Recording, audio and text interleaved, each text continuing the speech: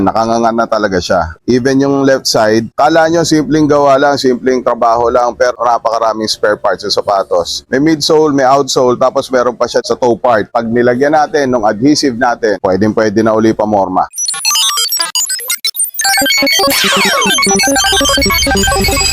What is good? So fam, andito na naman tayo. Meron tayong natapos na project na naman. Ito yung Givenchy X Onitsuka na Mexico. Model nila 66. Dinala sa atin ni client to because of the sole separation. Mainly dito sa outer part ng outsoles niya. Napakita ko sa inyo. So as you can see here, ayan, nakanganga na talaga siya. Even yung left side, may nganga na rin. So ang ginawa natin, kala nyo simpleng gawa lang, simpleng trabaho lang, pero napakaraming spare parts sa sapatos. Dahil ito sapatos na to, may midsole, may outsole, tapos meron pa siya dito sa toe part. So, kailangan natin baklasin lahat yan para malinis natin yung lumang adhesives. Ang sa ganon, pag nilagyan natin ng adhesive natin, yung sariling formulation natin, hindi rin siya basta-basta matatanggal because of the old adhesives. Kasama na rin dyan, sa full reg-glue service natin, ang cleaning. As you can see, pwede na uli pamorma. Taas, likod, gilid, hanggang ilalim.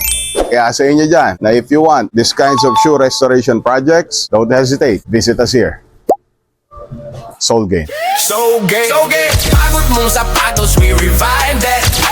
Lahat ng mapigat, we rewind.